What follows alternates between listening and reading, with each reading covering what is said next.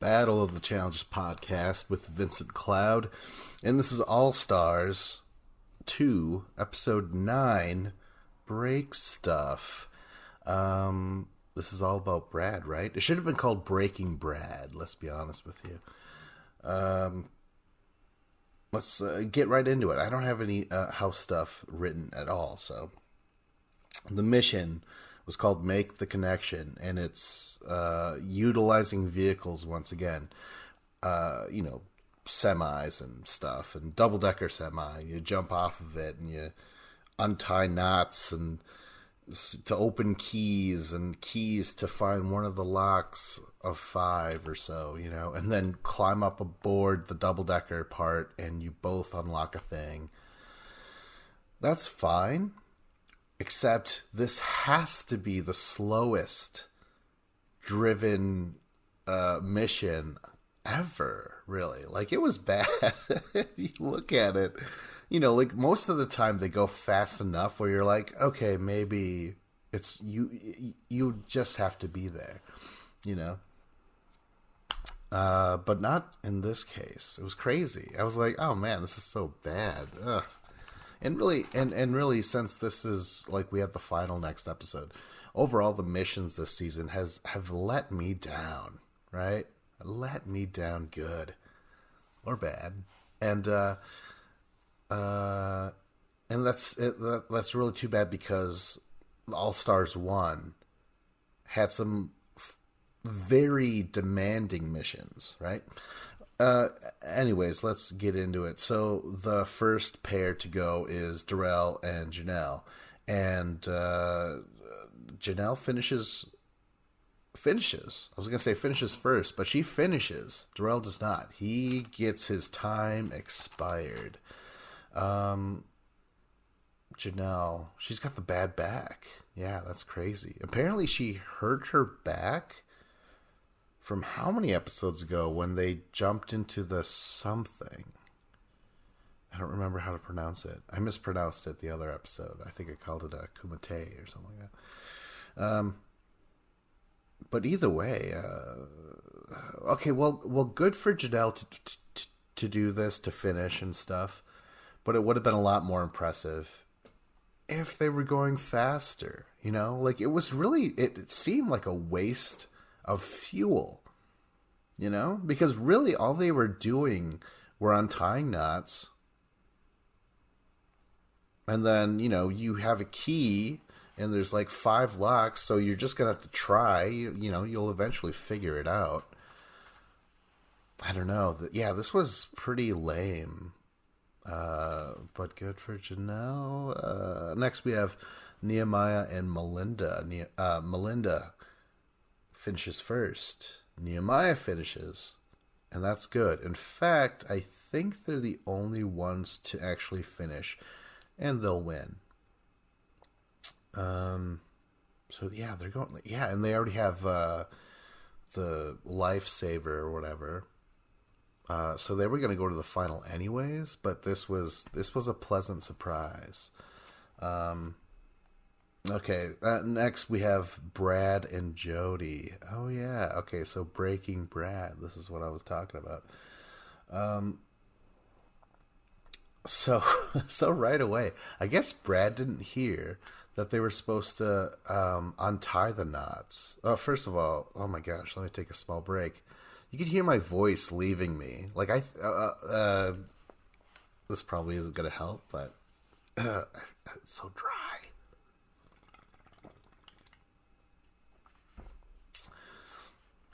Real quick, I think I might be getting sick again. I was sick before, and that's why I missed like a ton of episodes for Spies, Lies, and Allies, because my throat, like, it was so weird.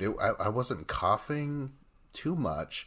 I would just start to cough when I wanted to talk after a while. I couldn't talk for too long. All of a sudden I had to like cough, and I'm like, there's no way I'm going to podcast with that.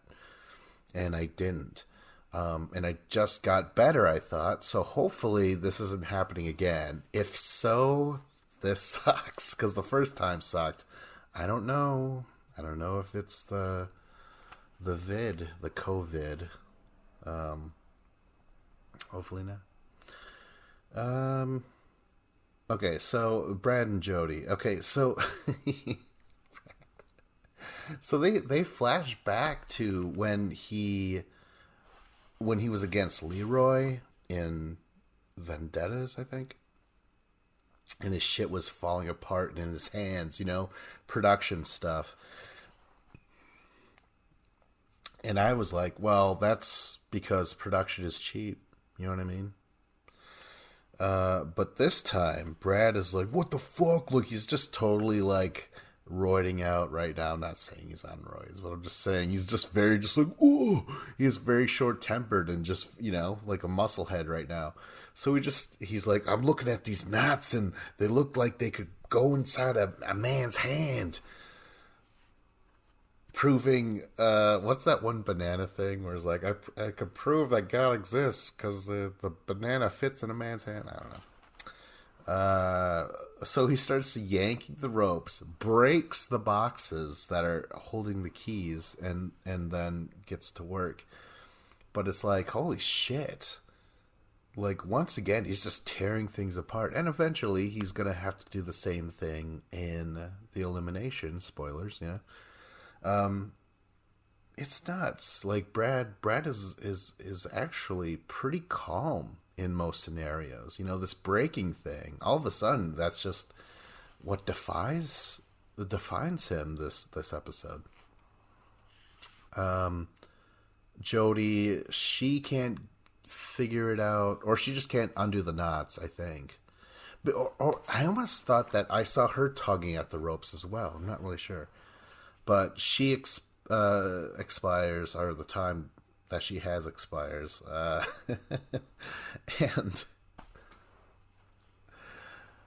okay, so Jody, though, she starts to break down.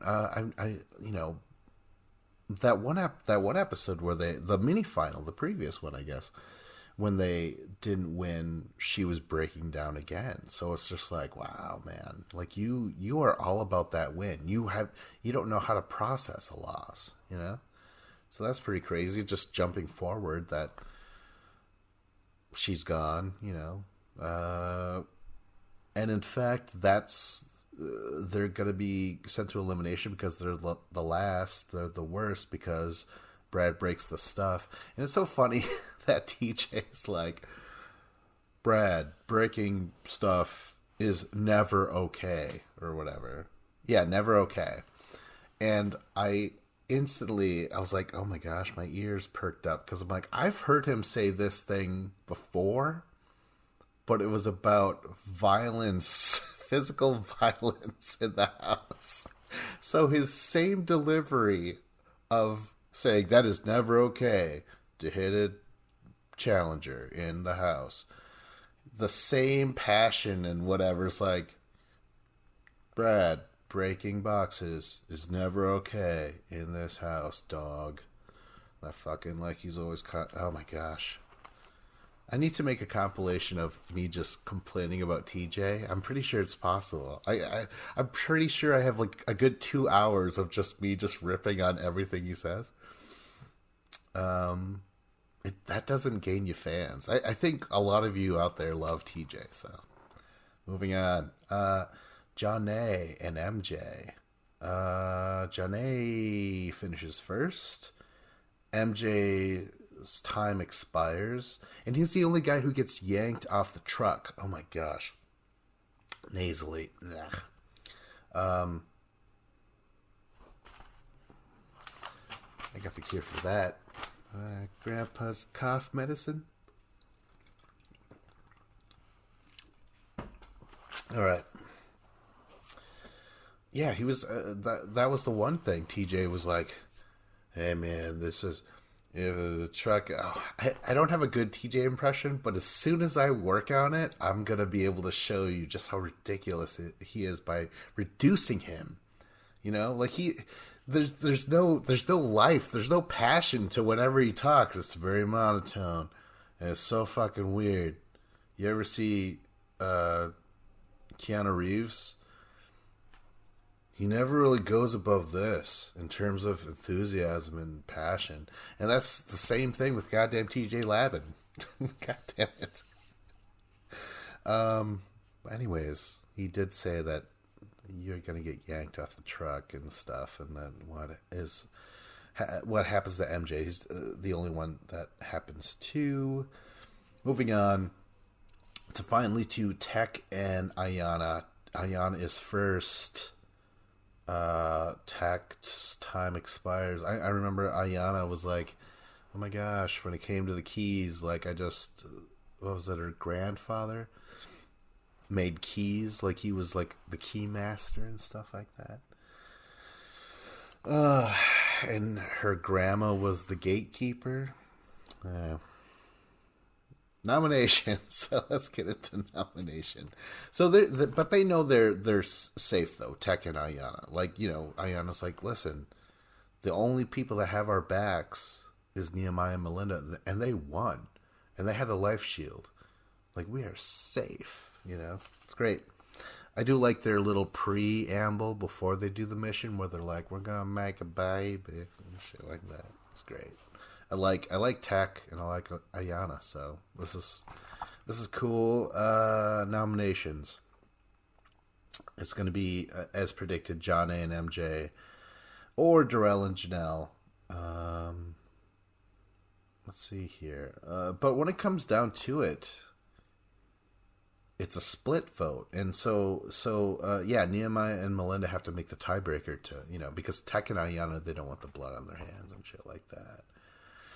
And I believe John Nay is the one that at least went to Tech and Ayana to try and swayed the vote to Darrell and Janelle. And this whole time, like, Janelle's got that back problem. And really, I was like, God, that sucks. Because she got hurt some years ago, and it took her a long time to finally heal. She said, she was like, I just got it back, so to speak. But then Darrell is just very like, so what are you saying? He's very like, he's ready for her to say, I'm out, and he's ready to be like, well, I'm okay, I'm screwed, I'm out of it, So, but he does say, like, stick with it, and part of me was like, hey, Darrell, come on, man, like, you're an athlete, or you were a boxer, sometimes you can't perform.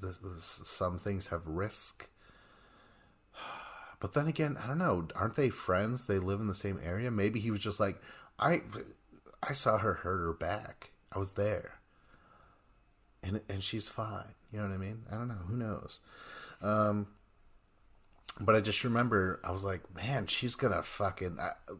I thought they were doomed. I thought Brad and Jody were going to take it to him. I really thought so. Just because Janelle's bad back. And, I figured that would be the downfall for the two, So, but overall, Nehemiah and Melinda, they're like, we're putting in Darrell and Janelle, which makes sense, like, really, it really does. I would have Putin, Vladimir, them in.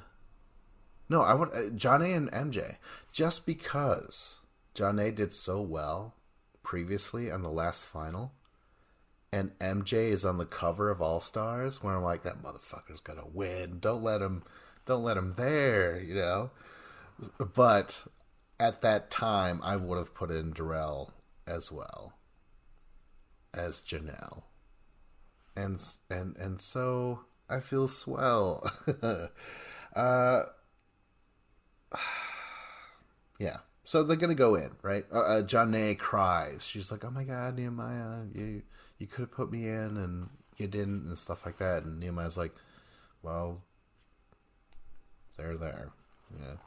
He didn't really know what to say, because he's like, well, in confessions, he's like, you should have went in, and you didn't. You didn't go in last season either, But this is the right decision.